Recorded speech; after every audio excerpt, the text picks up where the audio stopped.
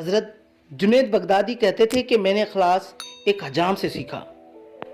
ایک میرے استاد نے کہا کہ تمہارے بال بہت بڑھ گئے، اب کٹوا کے آنا۔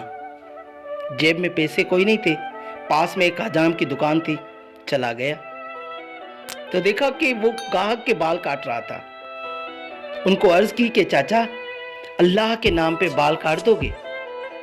یہ سنتے ہی حجام نے گاہک کو سائڈ پہ لگایا اور کہنے لگا پیسوں کے لیے تو روز کاٹتا ہوں، اللہ کے لیے آج کوئی آیا ہے۔ اب ان کو حجام کی کرسی پہ بٹھایا، روتے جاتے اور بال کاٹتے جاتے۔ عرصہ گزر گیا۔ حضرت جنید بغدادی نے سوچا کہ زندگی میں کبھی پیسے ہوئے تو ان کو ضرور کچھ دوں گا۔ عرصہ گزر گیا، یہ بڑے صوفی بزرگ بن گئے۔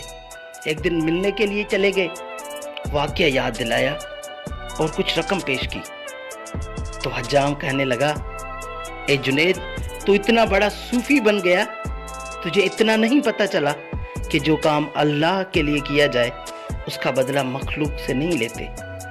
اللہ تو ہمیں خلوص اور اخلاص والا بنا۔ اللہ تم اپنے نبی کی امت کو خلوص اور اخلاص والا بنا۔ ہمارے چینل کو سبسکرائب کریں اور بیل آئیکن